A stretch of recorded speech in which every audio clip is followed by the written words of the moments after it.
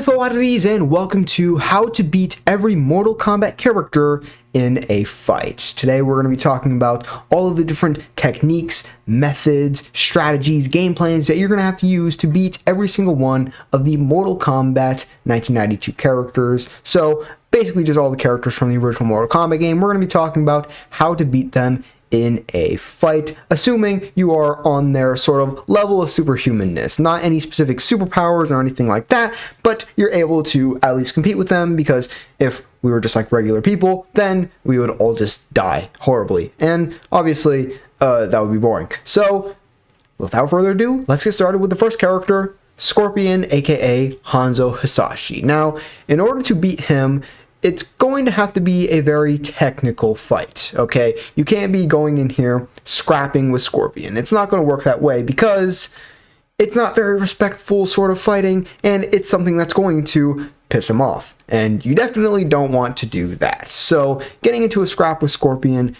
is probably going to be to your detriment. You want to keep it very technical and hope that you're able to outskill him, because if he fights with his emotions, usually that's going to make him more powerful with his Hellfire abilities. And, you know, it's not confirmed that it does make him more powerful the angrier he gets, but I think it's pretty safe to assume that that is the case. So if you're going to fight Scorpion, you really need to keep it technical, keep it respectful, and just overall don't anger him, because it's going to be a long day for you if you do that, because Scorpion is very good at just lashing out, being a crazy hellfire demon that's just going to obliterate you if you make him angry. So, you know, don't talk about his family, don't talk about him, his clan. Just keep it very respectful. Make sure to bow before and after the fight. Just make sure he's fine, and make sure, keep it almost like a spar. But, you know, obviously we're in a real fight scenario, but just make sure that there's respect coming from both sides, or at least act you have respect for him, and you'll win. Now, Hanzo Hasashi, that's a different story, but Scorpion, yeah, I think this is the way to win. Now we have SubZero, Bihan, the original SubZero. He is very skilled, and sort of the opposite way of Scorpion, you're going to want to let his emotions get the better of him, so frustrate him, because SubZero, at least the Bihan version, often does not fight with emotions. He fights purely based off of skill. Now, he doesn't have a lot of empathy, a lot of sympathy, so he's going to be ruthless, but not in a way that's going to be emotional. It's going to be very stoic. It's going to be very like no mercy type of fighting, and so you have to really frustrate him, make him fight with his emotions, and make him lose focus. So obviously the best way to do that, like I just said, is to just make him really angry. I don't know, make sure to be elusive, evade his attacks, whatever skills he tries to use, try and make them so that they don't work, to make them ineffective. And it will just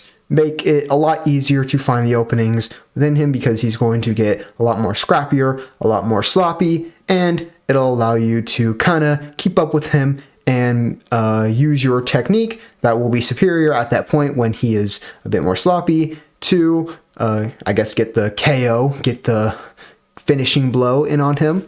And, you know, if all else fails, which most likely it will, just bring a bucket of water. You know, that always works.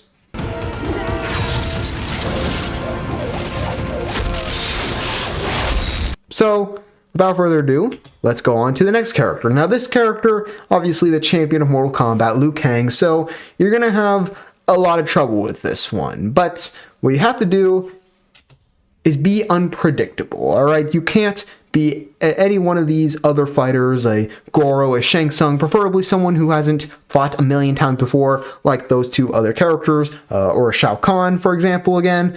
And so you have to be someone that he hasn't really been able to read, and even during the fight, he's not going to be able to read, because Liu Kang has very high fight IQ, so he's going to be able to adjust to your style, unless you're unpredictable. You know, maybe for round 1, you have a certain style, maybe for round 2 you switch it up, or even just within the rounds themselves you switch up how you fight. You just gotta be switching things up all the time. You know, go for kicks, go for punches, elbows, anything you can really get on him. Just make sure that he cannot see it coming. Don't get into any sort of patterns, or else Liu Kang's going to make that read right away, and you'll probably get kicked in the head and knocked out cold, and that's not fun for anyone.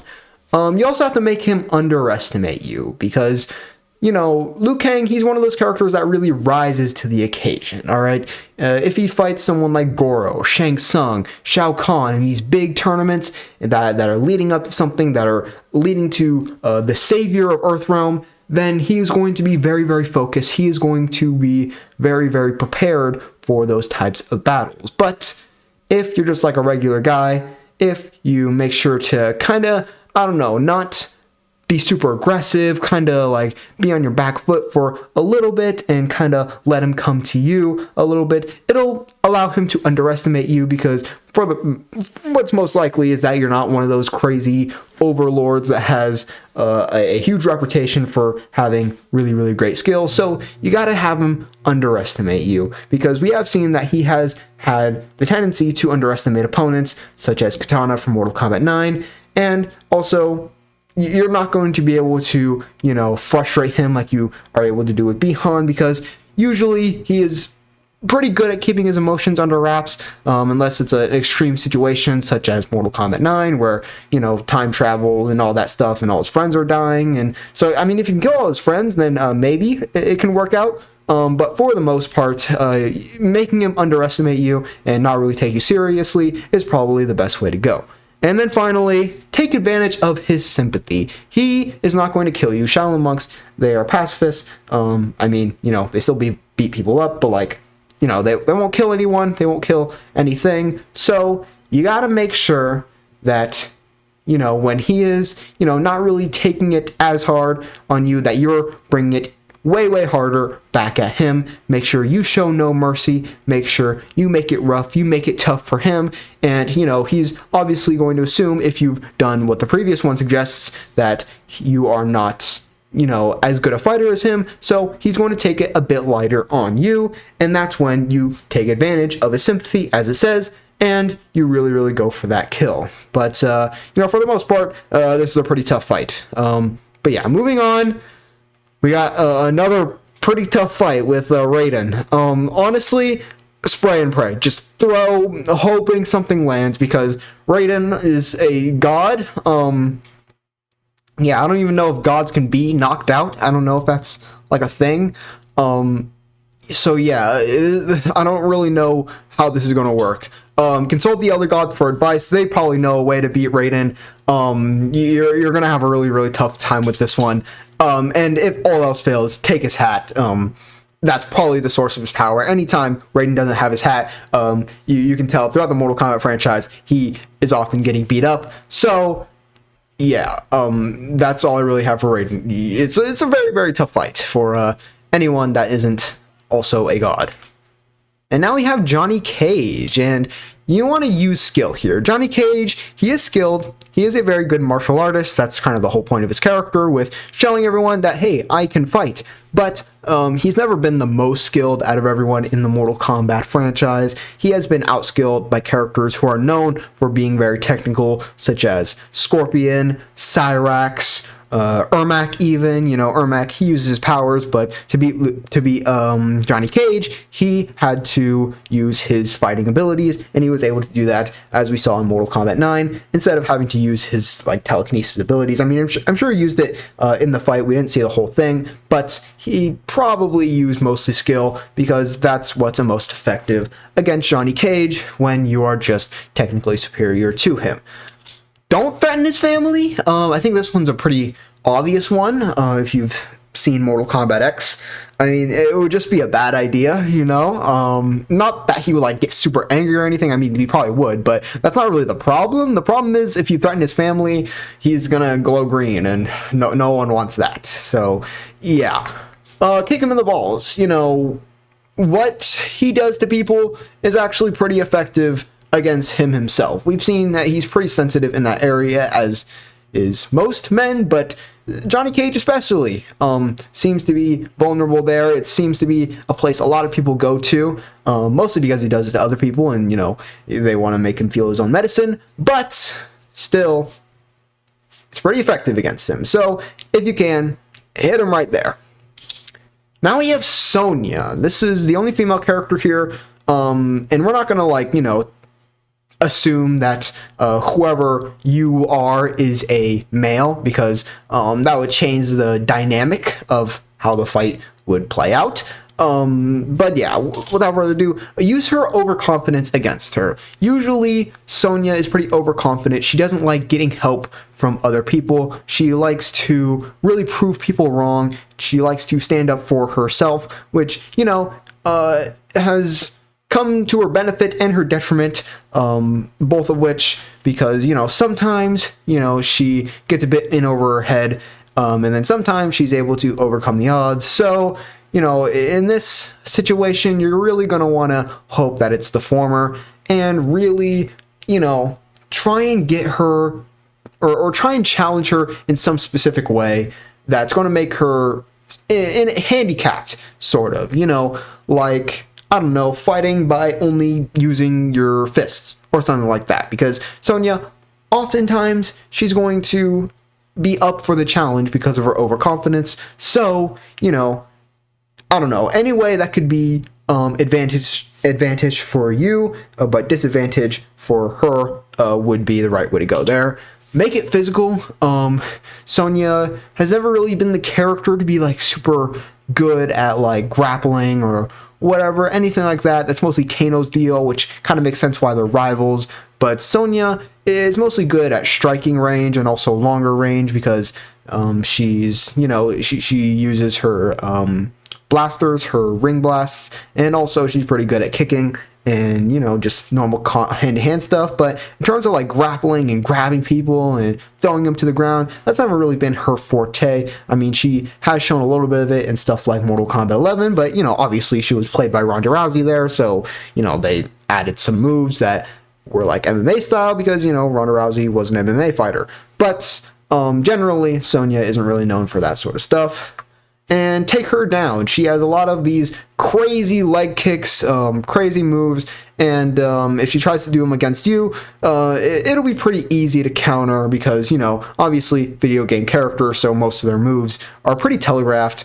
But, we're assuming these are moves that they're doing in real life, it'll be pretty easy to counter. So, yeah, definitely, my advice for Sonia would be to take her down, make it physical, and just, in any way you can, try and get an advantage over her in any physical way. Then we have Kano, who is kind of the opposite. You want to keep it mid-range. You don't want to keep it too far because he has his laser eye, he has his throwing knives, and that'll probably be a long day for you. You don't want to keep it too close quarters, though, because he's pretty good at that. He has shown in stuff like Mortal Kombat X that he is a very, very good grappler, a good wrestler. So you definitely do not want to get in that sort of scrap with him. But keeping it at mid-range, where I think Kano is at his weakest in the actual striking category, punching, kicking, he's not really skilled in that area, would probably be the best way to go for his character.